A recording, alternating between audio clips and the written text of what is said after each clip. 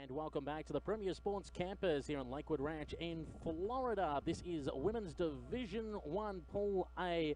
Peter Holden from Women's Australian Rules Football Radio with you on the call, and joined after coming straight from the ground playing in that Portland versus Minnesota game, the Vice Presidente Western Region of the United States Australian Football League, Lawrence Kuznechny. Snitch, well done for putting on the correct headset. Just in the nick of time. Thanks, Peter. No worries. As we see at the moment, we'll talk about in the matchup in a second, but we'll just call the players. Margaret Leone tries to go out towards the wing position. At least Gallagher tries to chase up the football. She's almost beaten out towards it, trying to get a hurried little hand pass going on. There's, I think, Katie Klatt there, and they just to try to pick up the football. Goes for a run. It's so weird to say Katie Klatt, San Francisco. We're used to calling her a Sacramento Sun, or of course, Melbourne University when she played back in Victoria, Australia. Ball now moves towards the forward 50 here. They try to tap it forward. Running onto the football here is Margaret Leone. And less than 60 seconds in, the San Francisco Iron Maidens just send a signal to the rest of the competition. We are the bar, you have to beat us. Yeah, not surprising there. You see efficient passage of play and some of their all-stars stepping up. Katie Klatt, to San Francisco almost doesn't seem fair, but it is great to see all those great players together. Meg Leone running through the middle there, always a good option. And we should point out, in case anyone from Australia is listening online going, oh, is that not fair? They're going to, the better club. It's not like back home where there's so many suburban clubs in the one city. It was just that Katie happened to land in San Francisco, and there's the one team in San Francisco. Yeah, exactly. And ultimately, it's a good thing for women's footy to have a team like San Francisco to measure up to.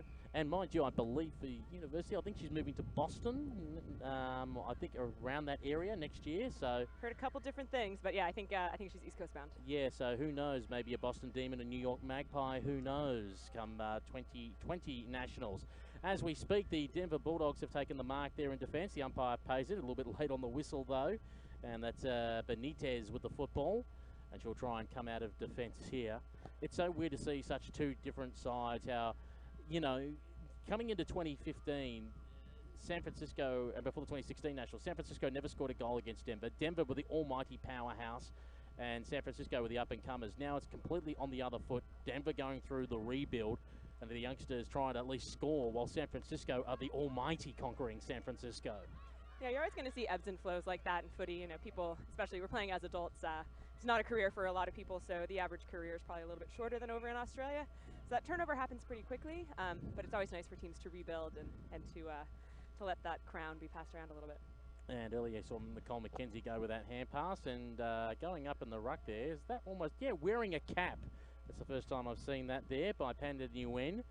Is coming through the middle there and trying to get onto it, Nicole McKenzie. Now Katie Klatt, just like a hot knife through butter, delivers towards the forward line, looking for Brett Brown, just tap the football forward. Want to try and chase it up again. High contact on Jessica Gray.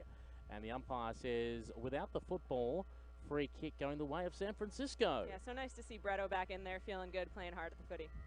Brett Brower, of course, as we said, saw the neck brace at the end of IC17, and she added bling to that neck brace, I might add, as well, which was a little bit funny to see the humour in it. Now puts it into the area of, and just swinging it onto the boot of Julie Marks, who tries to go towards the top of the square. Jessica Estrada Finlay goes in there, fighting hard for the football, can't extract it out. And the umpire is going to call once again for yet another ball up. Yeah, the target there, Savannah Green, a newer player, but one of their top goal scorers in recent seasons. Umpire throws the football up in the air, and away we go again. Jessica Estrada Finlay wanted to go one way, then went the other, went with a hand pass back to Brett Bauer, who got caught cold. Umpire said it just hit her boot, so that was okay. That was classified as correct disposal. Also hanging in there, Mania. Now coming through is Mama Marks, Julia Marks, who of course did some karaoke after the end of the 2017 Nationals. Now kicked it up the line, only to be sent back once again by Colleran, who goes inside 50. Good mark there by the Bulldogs in defence, and they're running away. Yeah, unsurprisingly, just Gray on that one. As dropping it back, Gray, she's just thrown me there for a second because, as we said earlier, she had the dreadlocks, got her hair cut short, and now she's put the hair up. The top pony, again, another classic look. Hairstyles by Jessica Gray, that's a hashtag. As we wait for the ball by Panda Nguyen to kick it back into play. That's a high ball, but she's not wearing a cap. She's got braids in her hair. It looks like a cap. I think she has a little hair color in there too. Yeah, from a distance. Going in there, Nicole McKenzie. McKenzie had to shrug off one tackle, drew the player, then went to Gallagher. Gallagher had to weave through traffic, got on the left boot, goes inside 50. Jessica Estrada Finlay overran the football. Trying to get back there in defence was Tori Baker for the Bulldogs. Hurried hand pass, intercepted. Going through and saying thank you very much. A goal for the San Francisco Iron Maidens. And just trying to have a look on that. I think that might have been Jessica Lund. Actually, I believe that's Annika Stolgray. Yeah, let's have a look through the list there. Annika Stolane, number 8. Yeah, another contender for freedom. She's one of the smartest players out there.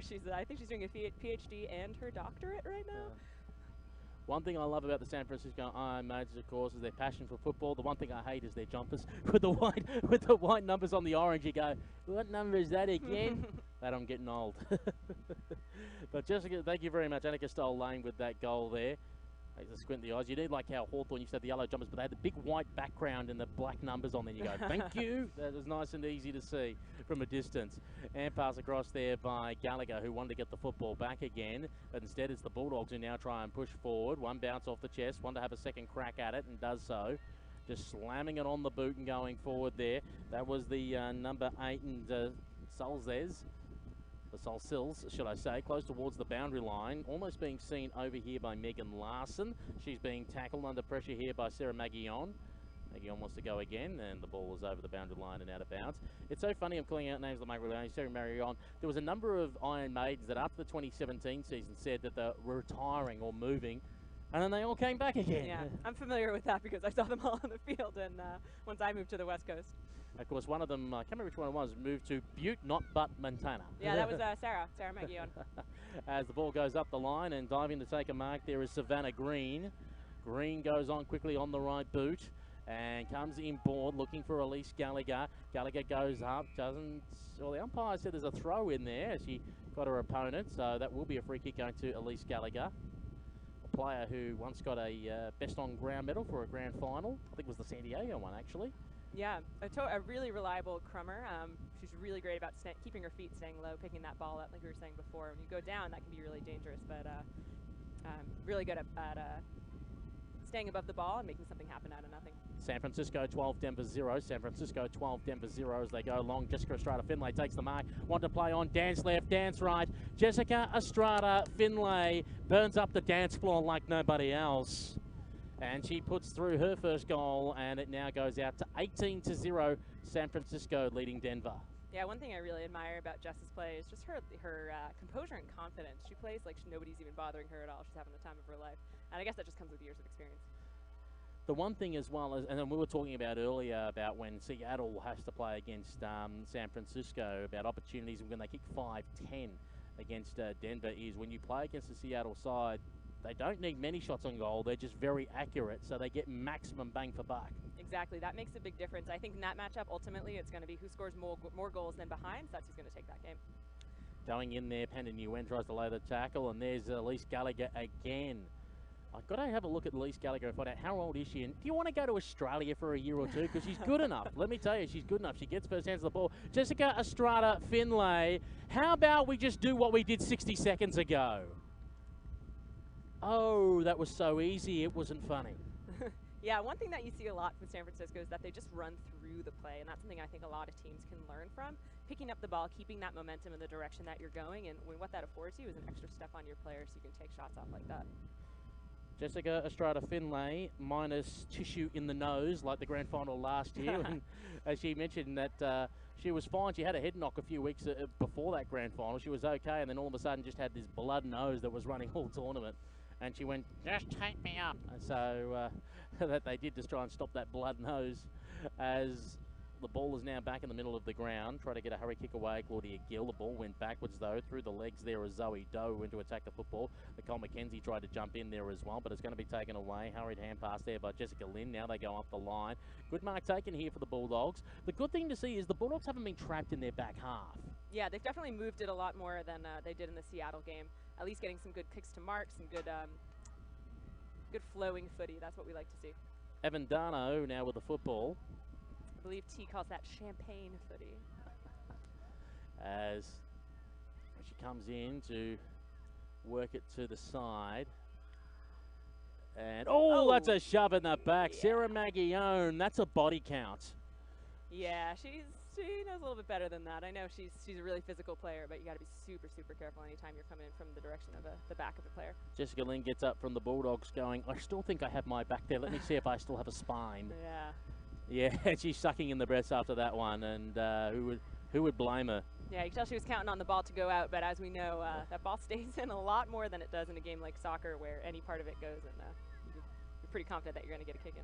And because of the point of the ball, it can just bounce in any odd direction. Can never be too sure.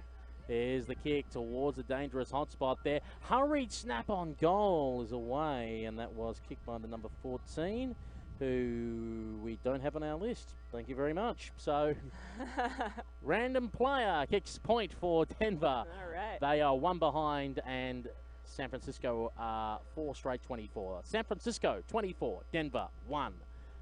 With the USAFL Nationals. Oh, crunch. I could hear that coming from a mile away. Is that Millie Bruce out there? It was just like, you could see the car wreck coming. Yep, and you're like, oh, Anna no. Thexton on the other end of it. Yeah, and she's still down on the ground. And I got a feeling you'll be having the ice bath today as the ball goes up to the wing position. We'll come back to that injured player in a moment's time. A hurry kick by the Bulldogs by Jessica Gray to try and work it up the line is intercepted. Swung around on the left boot. Coming inboard. Little nudge in the back there for Savannah Green. Doesn't quite get it. Larson now kicks it. San Francisco player is still down behind play. Jessica Strata Finlay goes down. Someone nearly sat on her ankle as well. But that player for San Francisco, the umpire is just tapping the trainer. Yeah, one thing with this heat, you know, you're running around out there, you're hot, you're sweating, probably a little bit dehydrated. It's easy to feel really lightheaded, so anytime you go down, you want to make sure that you're not having those symptoms because of any kind of concussion. And the ball here with a shot on goal by Gallagher has just dribbled that one through for a point. Looks like that was actually Meg Leone that went down. She's being escorted off the field now. Yeah, she's feeling a little worse for wear. Gallagher thought it got to the right side of the stick, but fooled us. It went to the right-hand side, not straight through. So that minor score sees it 25-1. San Francisco lead Denver 25-1. And of course, Maggie will do the correct checks because, as published on the USAFL website, about concussion policy now, and obviously all the correct procedures around that. Yeah, one thing that I'm happy to see is that we're kind of losing this attitude that we're saying that it's a good thing for people to play through injury. It's not. Ultimately, you know, like I said, people are doing this as a hobby. You don't want to put your career, your life, your family, anything like that on the line. As Katie Clark pumps it forward, the ball close towards the boundary line is kept in. There's the hand pass going backwards. They'll go with another chain, and coming through there, Caitlin Lutz says, I want to join the party. I believe my name is on the waiting list. And they've called her number. Caitlin Lutz earning the nickname Kicks. And she now blows it out to a 30-point margin. 5-1, 31 to 1 behind. That's 31 San Francisco, 1 for Denver. As we wait for the ball to come back to the middle of the ground. Just jumping back a bit to the concussion as well. I can understand why it's tempting for the players in the USA that want to come back on the ground, because you don't play the game so often here that you only get to play every weekend or so, and when you do every month that you do have these mini tournaments, oh great, I can get played 2 or 3 games. If you get injured in the first game, there's a temptation of, no, I'm fine. Whereas, you've got to take as much as it's frustrating, you may not play for another month or so, you've got to obviously look after your health. Exactly, long term. As the hand pass going backwards now to McKenzie. Goes with a hand pass over the top. Going back Lutz. Finding Gallagher. And you see something there that San Francisco does so well, which is to have an option at the back of a contest and effectively hit those hand passes. As the ball from Jessica Strata Finlay just falls short, but it doesn't matter. Swinging around. Did she boot it through? Was close. A 1 behind by Brett Brower. That's 5-2, 32 to 1 behind. So 32 San Francisco, 1 behind Denver. And that's the frightening thing that, okay, San Francisco's a little bit leaky in defense and Denver's had some opportunities to run down there. But geez, when San Francisco attack, they're probably the fastest attacking side in the competition. Yeah, and it's really that composure, and that starts from having that core of veterans. So even the new players on the team, they're brought up to speed real quick. They're brought up to speed with good footy, good habits, and good skills. As the mark taken there by Katie Clanton. As far as, and I'd argue as well, it's the confidence, whereas other sides, players go a little kick forward. It's that kind of hesitant, dinky kick where they just go, no, we're going long, we're going with purpose and strength. Absolutely. And then we're just going to follow up and back ourselves in. Rather than take a long time and hesitate. As going in there and try and get a hurry kick away for the Bulldogs. Didn't get too far up the line. Coming Zoe Doe, lays the tackle. Wanting to jump in there, Avon Dendo. Can't quite get it out. Umpire says too high for a kick. And I think maybe a little bit of coaching there from the water person who signalled that. It's hard, you know, all the water runners play too. It's hard to be an objective observer. As we wait for the kick, a little bit lenient in this game. If it happened back home where you know the rules and Aussie rules, I think the umpire would say, no, water person, you're ordered off the ground. You can't do that. A little bit more lenient here. As we have Maybury now for Denver. Yeah, and that's where you see some of this newness right there. She had a really great option to play on and actually hit Shea out here wide, but because, you know, you're not used to looking at the field in 360 degrees, not used to playing on like that, that's something that in a couple more years, that player's going to be a real standout. Again, and as we talked about earlier about the speed of the game, taking that hesitation and going so slow as opposed to Denver of San Francisco, which is just go. You know, we've got the ball, go. Absolutely, absolutely. As Jessica Estrada-Finlay wins the resulting free kick and elects to play on. Didn't go back behind the mark technically, so got away with that one. Moved towards the half-forward flank. Jessica Gray got it, got brought to ground, got a little hand pass away.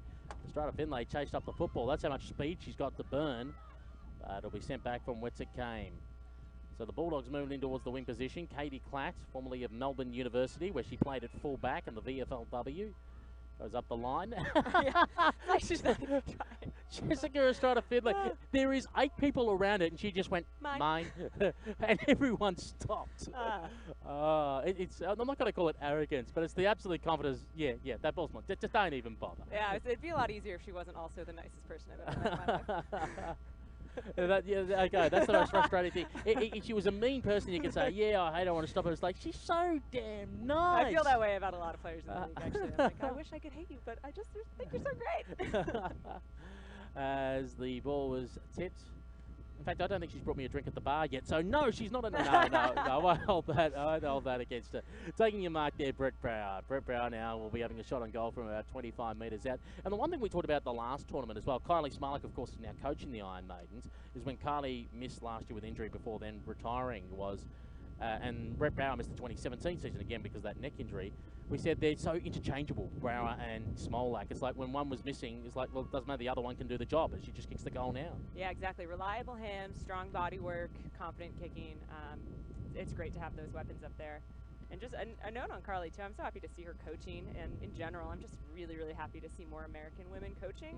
We have Christina Licata obviously setting the standard for New York, but you know, as you get older, get injured, or even if you just feel like you understand the game at that level, it's so great to have American female role models now that we've had about a footy generation's worth of the women's game, really stepping into those leadership roles. Pick up on that point in a moment. The score, by the way, 6-2, 38-1 behind. So San Francisco 38, Denver 1. 38-1, San Francisco lead Denver. The important thing to see out of that as well is because we know with a number of sides that the men will coach the women's more because they don't have a coach.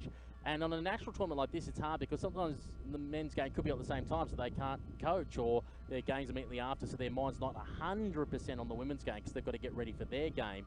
Whereas with the women coaching, it's a case of not only do they know the opponents, the players, etc., but they can dedicate all their time to the cause. Absolutely, and you know, we love our Australian men that come in and teach us the game, but it is important to have an understanding of what it's like to come in as an American woman who's never watched it, who's maybe never played a tackle sport, and be able to teach to that perspective. So it's great to have kind of both options, the Aussies setting the tone and the Americans kind of translating. Penn and Nguyen ran into trouble. Hannah Lang caught her, and the umpire blows the whistle and will call for a ball up, and we'll reset play. We're about 65 metres out from goal. It's San Francisco attacking left of screen, the 3-time national champions. It's frightening to say that they're halfway to matching Denver's record.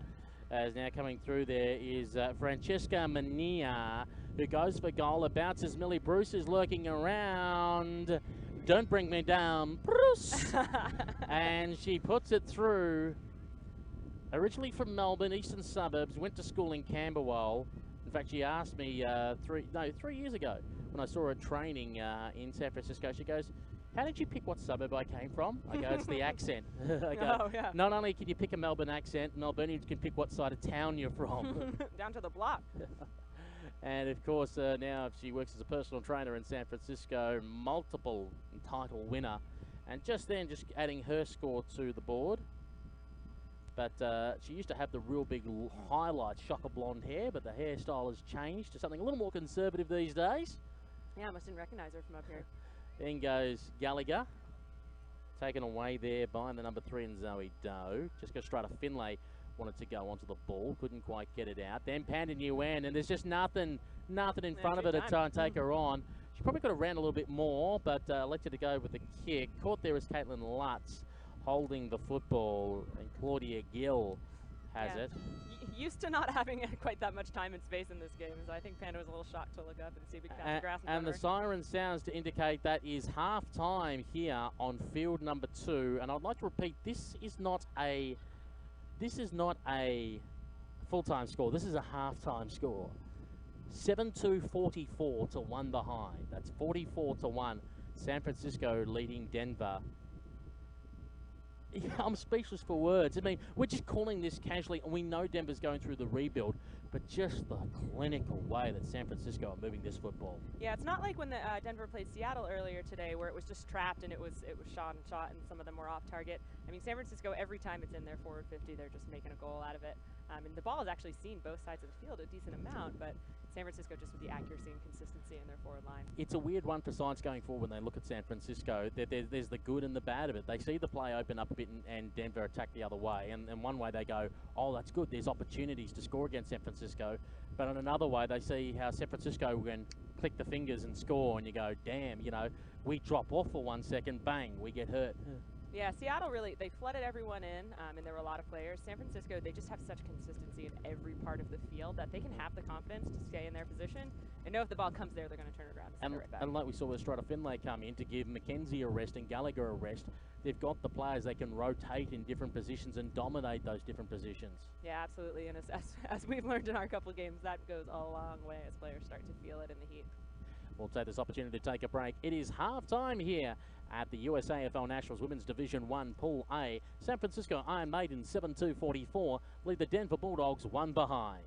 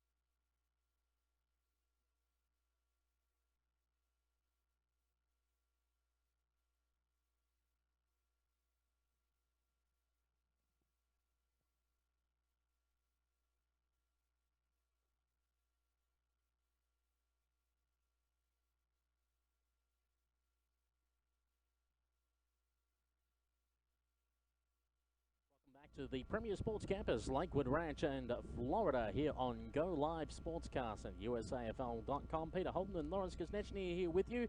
It's Pete and the Schnitz bringing you the action from Division 1 Pool A. San Francisco lead at half-time, 7-2-44 to just the one behind for the Denver Bulldogs. A shock when you think back over those years when Denver was the dominant side and San Francisco was the weaker side. Now, as we said, we are in the dawn of the Iron Maidens era as Katie Klatt works around the half-back line, kicks long up there, trying to find Panda Nguyen. Jessica Gray now has it, got claimed and got thrown away by Panda Nguyen like it was a dwarf throwing contest. Yeah, I think she was thought a little bit too much about which way she wanted to go, and by the time she made up her mind, Panda was at her front door. Jessica Estrada Finlay goes with a hand pass over the top. Gray gets dumped into the ground again. I think at some stage she's going to get up. I'm sick of being thrown into the ground. Estrada Finlay tries to go with a hand pass going backwards while under pressure, trying to find the number 9 in Venezuela. Now coming away there, maybe not. Holding the football, and from a distance, I think that might be Jessica Lund wearing 15 who got caught and has given away a free kick here to the Bulldogs. So Jessica Gray, who was, like I said, was slung and got sick of being thrown to the ground, so she threw someone to the ground. Yeah, you know, I think she's used to taking those hits and coming back strong. Now kicks long up the line. Nothing going on back there. Castillo tried to take the mark. Ball, they cry, the crowd, the umpire says holding the ball. And back on the ground earlier after walking off the ground earlier, Sarah Maguillon in that crunching hit in that first half, so it looks like she must be good or got the aspirin, and away she went again. So now they put it up in the direction of and charging up the football, Caitlin Lutz. Lutz now gave it across, trying to use Savannah Green. Now using the agency of Gallagher to Klatz. Bang on the chest. This is Jessica Lund now wearing the number 15. I mistakenly called her earlier. I must have been Julia Marks up the ground. But Lund now wearing the 15. Partially covered because of the ponytail. Yeah, Katie Klatt showing her Australian finesse there, to the confidence to run out of that half-back line, take that hand pass down the outside and hit somebody.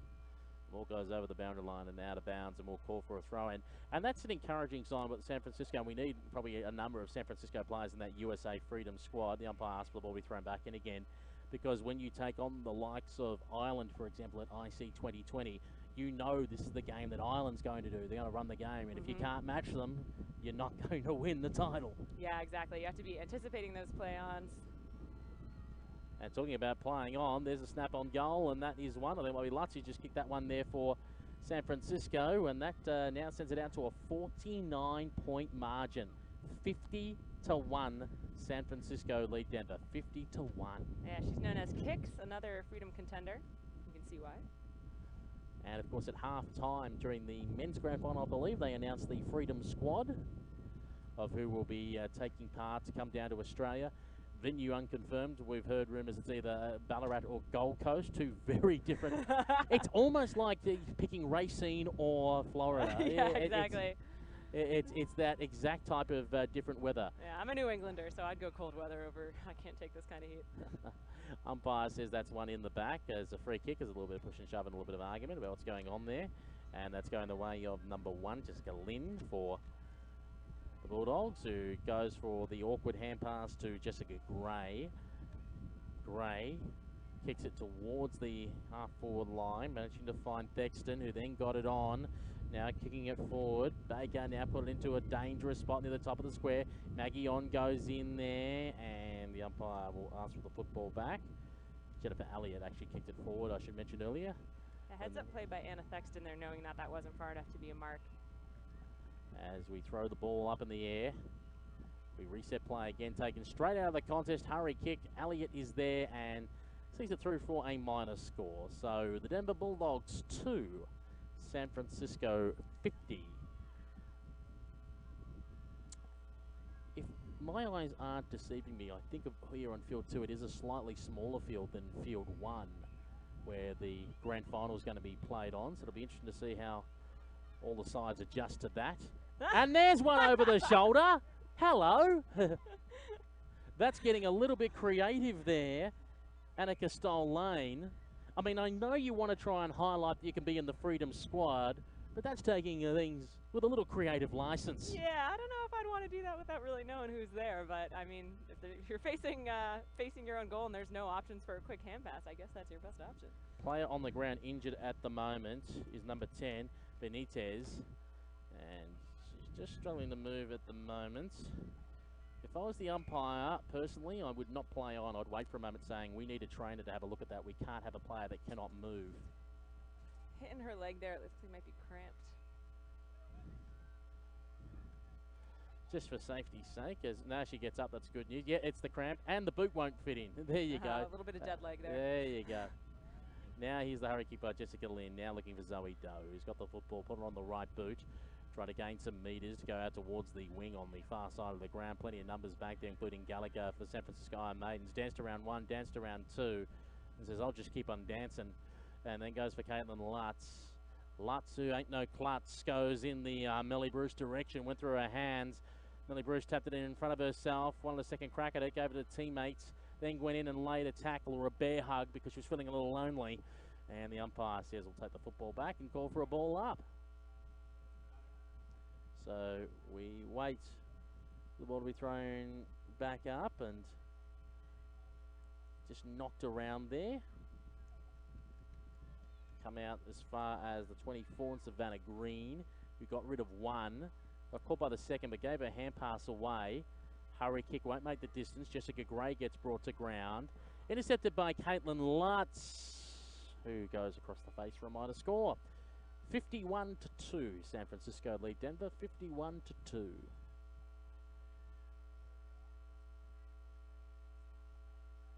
be interesting to see if San Francisco takes an opportunity to kind of mix things up and take some risks. Obviously, we saw that backwards kick from Annika Stoll-Lane, but now's the opportunity where you're going to kind of get a little creative and test people out in different directions. You might surprise yourself. And considering you've got a deep bench as well, and you've got a 5 p.m. game, no doubt by winning by this margin and Denver losing earlier to Seattle means they're guaranteed to go through the semi-finals. So, and semi-finals are elimination, so it doesn't really matter who you've got early in the context. I am surprised that San Francisco haven't looked at it now and gone, okay, we're nearing the halfway mark of the second half. Better players, let's take them off the ground now. Yeah, absolutely. With this heat, you definitely want to be preserving their energy. Take the better players off, put the deeper part of your list on, let them run out and get some miles into their legs. Keep your other players cool and rested, ready to go for 5 o'clock and the early start on Sunday morning. Because that's going to be the biggest test for the teams that do play the 5 p.m. game, is trying to back up from that. Imagine by the time you do your warm downs and whatever, and you're back at your hotel at 7:30, 8 o'clock, and then in 12 hours' time, you've got to be back ready to play. Perhaps even earlier for some teams. Yeah, that recovery is not as efficient as you might think it is. It's eat dinner, get to bed, wake up, do it all again. As opposed to some who, I know at least Seattle have got a pool at their hotel, and I believe they're going to take a dip in the pool and then... Yeah, exactly. It's good. If it's cold enough, it's kind of like a nice bath, but most of them are kind of just room temperature. In goes Panda Nguyen. Can't get the football out. Umpire says that is a free kick going the way of the Denver Bulldogs. I'll go with the hand pass away. The original player earning that free kick, number 10 in Benitez. The kick was trying to find a player to run onto it, Nana Thexton, but intercepted here by the Iron Maidens. They'll go on the right boot with a long kick looking for Lutz. It was in her hands momentarily, then pickpocketed straight out of it. That is brilliant play. And then they kicked to space, which is probably the better thing to do because they really did have nothing on. Katie Klatt barks the instructions as her teammate goes for the football in Wynert, who manages to knock it forward. Now trying to go in there is Lottridge, can't quite get it out. Now coming away with the football, there's Savannah Green. Give it across to Caitlin Lutz, who took a bounce. Lutz on the right boot, got some distance, got some height. It's staying out to the pocket, went through hands. Lutz is going to chase it up again, up against the boundary line. Went with a hand pass while trying to draw the player. Trying to shrug him off there. Another hurried hand pass back. Going in there was Caitlin Lutz one more time. Gee, she's going in for many possessions. And the umpire will ask for the football back. Yeah, and some of those San Francisco forwards, you're probably going to get a little bit worn out. They've been seeing a lot of game time, a lot of action. Now the hurry kick is away to the right-hand side. Now, is it a mark? It is. So no score. It is a mark. It might be Benitez back there again for the Denver Bulldogs. They're being called to go wide. I'll kick it long up the line. And the mark is taken and going to play on very quickly. Savannah Green. Oh, she's hit the post. Look at the wobble. Look at the wobble. It shows the power that she kicked it with. Yeah, Savannah's one of the, she celebrates goals, I think, among the best in the league. She always gets so excited, so jazzed, as anyone should. So that one kind of hurt. To use American football terminology, doink. 8-4, 54 to 2 behind. San Francisco 54, Denver 2. Intercepted there by Nicole McKenzie, the gloved one, who shall play on and go on the right boots. Goes towards the hot spot, having it and dropping it there was Annika Stoll-Lane. No more kick over the shoulder routine from her. Now Lutz says, but this is how you kick the ball. And she puts it through the middle, and it now goes out to 9-4. That scoreboard's actually incorrect when I come to think of it. That math isn't that math is not right. No. 9-4 would be 58, so that 8-4 couldn't have been 54. It had to be 52 earlier. So let's correct the score for those at home. 58 plays 2 it should be. 58 plays 2. You can see the guys on the scoreboard running through that math. I believe those are the Chicago Swans men. Come on, there and we they go. changed it. There you go. You see, they're in a different time zone, a little bit behind in Chicago. Yeah, exactly. 58 to 2. 58 to 2. The scoreboard reads. San Francisco 58-2 is Denver is now. McKenzie ran into trouble and got put into the turf. It was like WWE. She went to run in to give the elbow drop and then saw someone with a steel chair and went, uh-oh. As now it's Julia Marks, Mama Marks with the football. Kicks it long. Looking for Katie Klatt, but Jessica Ling got away from her. No small task. And probably the advantage is we see Marks hasn't played too much on the ball, so she's conserving energy. Klatt got a bit of the ball, but backline and hasn't gone into midfield yet, so she's still fresh. Strata Finlay, I can't see at the moment. I think they've benched her as well, so they're going into preservation mode as we speak. Millie Bruce has pushed forward, or pushed up the ground, should I say. Now inside 50 with a kick, trying to go off the ground. Annika Stoll-Lane one more time. They want a little hand pass out there if they can squeeze it off the carpet, Jessica Lutt. And goes towards the boundary line. The kick just goes back in the Millie, don't bring me down direction, but taken away by Jessica Fate to Gray. And Jessica Gray now goes out towards the wing position, nearly being ridden there, Yannick Costello. And the umpire says it's too high and it will be a free kick. Interesting to hear what the injury count is so far of the tournament. From the games that I've seen, besides of you know, Knox, I haven't seen anyone seriously injured so far, which has been good. Cross fingers, knock on wood. Yeah, knock on wood. It's really great to see, again, some consistency kind of across the women's league in terms of teaching safe tackling, teaching to go in, put your head over the ball, pick it up. It just leads to a safer game. Obviously, injuries are unavoidable, but if we can minimize them as much as possible, that's what we want to see. I was just speaking earlier to Melissa Wilhelm, of course, was then Melissa Armstrong when she was playing for San Francisco in 2016 and won the national title here. And she talked about in that game against Denver doing her knee, not knowing she'd done her ACL, then running back on. A little confusion on that play on there. Going to ground here in court, holding the ball, Francesca Mania. Yeah, Frankie received the pass in there. She was right. She should have played on. I don't know what she was looking for, but the umpires didn't seem to be indicating otherwise. So. And one of the Bulldogs players cramping up, so the players that play that second game are now starting to feel the pinch. So watch San Francisco in that game against Seattle. They could feel the pinch. Again, as I spoke on an earlier call when I chatted with a shall not be named Seattle player, we talked about how to beat San Francisco. I said the one advantage was slow it down, pass it, work it around sideways, try and make them run. They've got 2 games in 3 hours in hot conditions. Cramp is a factor. Yeah, exactly. There's pros and cons to both of the schedules that the teams have today. It's either a huge break in the middle of the day where you can kind of get a little cold and lose some of that momentum, but the other alternative is 2 games in a really short time period. As the umpire takes the ball back. It's a shame that the hotels aren't as closer to the ground. Otherwise, you'd just say, go back, have a swim in the pool. Squeezing a little nap. Keep the body warm, swim in the pool, hang out by the pool, and then come back, and then, okay, fresh to go. So you're still keeping the body moving, but you're not as hard on the body as a run or a jog. Yeah, we have Brandon Snyder is the strength and conditioning coach for the Freedom. Been doing a lot of pool cool downs with us, and it's amazing recovery. Really great to have that somebody who really knows their stuff, who can help us take care of our bodies, as most of us are playing into our mid-30s tackle sport. Unusual. Mid-30s, what was that? That was a few years ago for me. Yeah, we're also not all Martin Coventry, so. As we see the ball chipped high in the air, almost like a rugby-style little chip going forward, finding Annika Stoll Lane. Sounds like an English address. I'll meet you at Annika Stoll Lane. Is now taking it and getting a kick. Savannah Green, who was under pressure, went towards the top of the square, kicking it off the carpet there. Benitez trying to take him on as Thexton, and kicks it towards the half-back flank position. Coming through Gallagher. Gallagher now swings around on the right boot, goes towards the top of the goal square, but backing back, Jessica Gray takes the mark. If anything that Denver can take out of this, despite, again, San Francisco rescuing a number of their players now, is they've held San Francisco to 2 goals so far for this half. Yeah, and there's, Denver's, they got a lot of good skills for rookies. What they're missing and what will come with more years experience is just a game sense. So anticipating those play on, San Francisco's gotten away with a couple easy ones just by playing on through the mark. Looking for those quick options, playing the game in 360 degrees, and just an understanding of the rules and how you can kind of take advantage of them. Here's the kick towards the halfback flank. So Lottridge takes the mark. Lottridge, surely the nickname's got to be Lotto. Now kicks it towards the halfback flank. Oh, McKenzie took him on. McKenzie says, get away from me. Then goes for the hand pass. Might have to chase up her own football. McKenzie still going. Got rid of one. Got rid of a second. No, the umpire said she was held when she dropped it. And a free kick going the way of Jessica Lynn.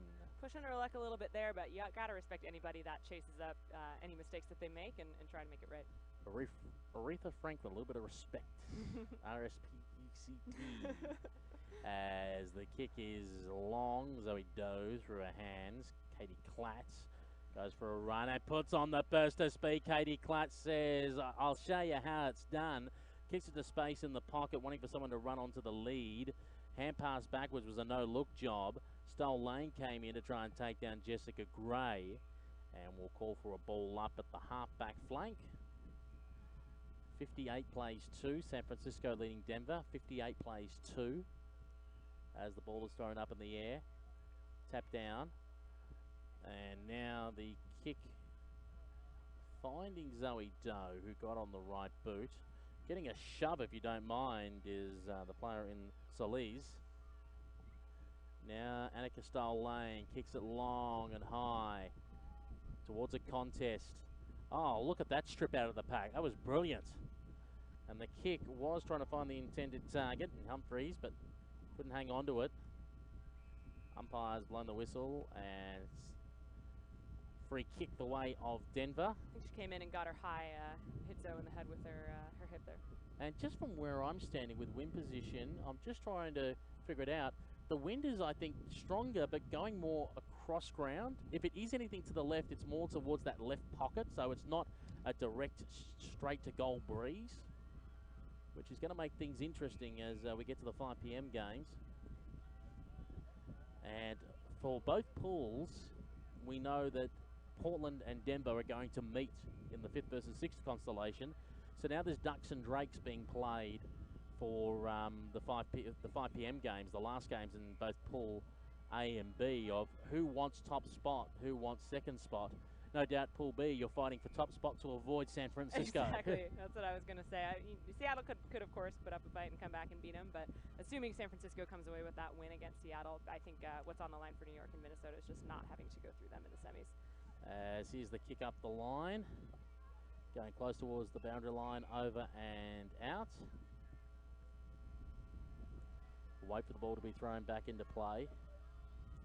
And of course, there's there's also that theory in there when you play that 5 p.m. game, is if the game's not close, if it gets to a certain stage where the other side opens it up to 3-goal margin, do you still fight to come back, or do you put the cue in the rack and go, okay, we know what the deal is. If, for example, you're in Pool B, right, we're going to be playing San Francisco, we're going to be second. Do we, all right, just take the better players off the ground, let's avoid every injury, and let's just reset for tomorrow morning? Yeah, I think it depends how much you go down and how the momentum of the game swingings. On a field like this, it can kind of go either way. 3 goals, that's a big ask to come back from, but it's not impossible. So I think it's determining what that point is where you're can put the cue in the rack. Yeah, exactly. Where you're still coming back tomorrow, you're still in the semi-finals. It's yeah. just now who you're playing, who your fate is against. Yeah, cutting your losses a little. That's the tricky thing about tournament play, where you're not thinking about just the game you're playing, you're thinking about the game ahead. Exactly, yeah. As we wait for a free kick to be taken here by the Denver Bulldogs. Oh, straight into the player on the mark there by Jennifer Elliott, as the hooter sounds. That is full time.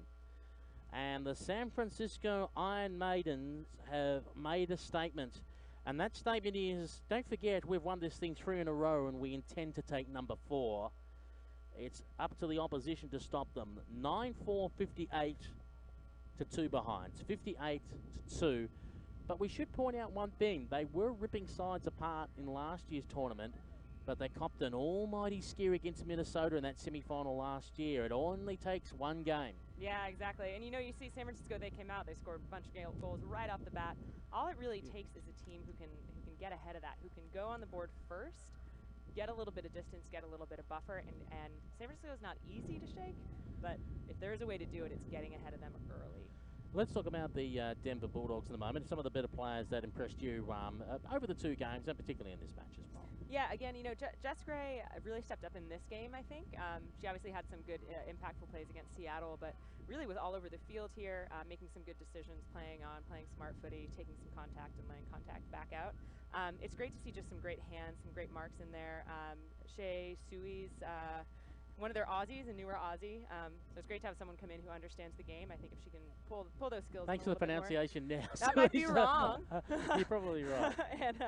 and of course Anna Thexton again, just putting some composure into that back line, clearing the ball out, sending the ball to places where they can make it dangerous and capitalize on some play. And if I look through it, like, you know, the San Francisco Iron Maidens, of course, again, Jessica Estrada-Finlay up forward, giving them something. Then Millie Bruce fills in for Jessica when Jessica goes on the ball. Brett Brower giving them a tall target to go to. Katie Klatt sweeping across the back line. Nicole McKenzie, one of the underrated stars of the competition, going through. Penrith Nguyen doing the ruck work as well. And in my humble opinion, the best midfielder in the USAFL women's division, Elise Gallagher. Yeah, really, any play, we used to have those great forward players in there for San Francisco. It starts in that midline. It starts with someone going in and putting the ball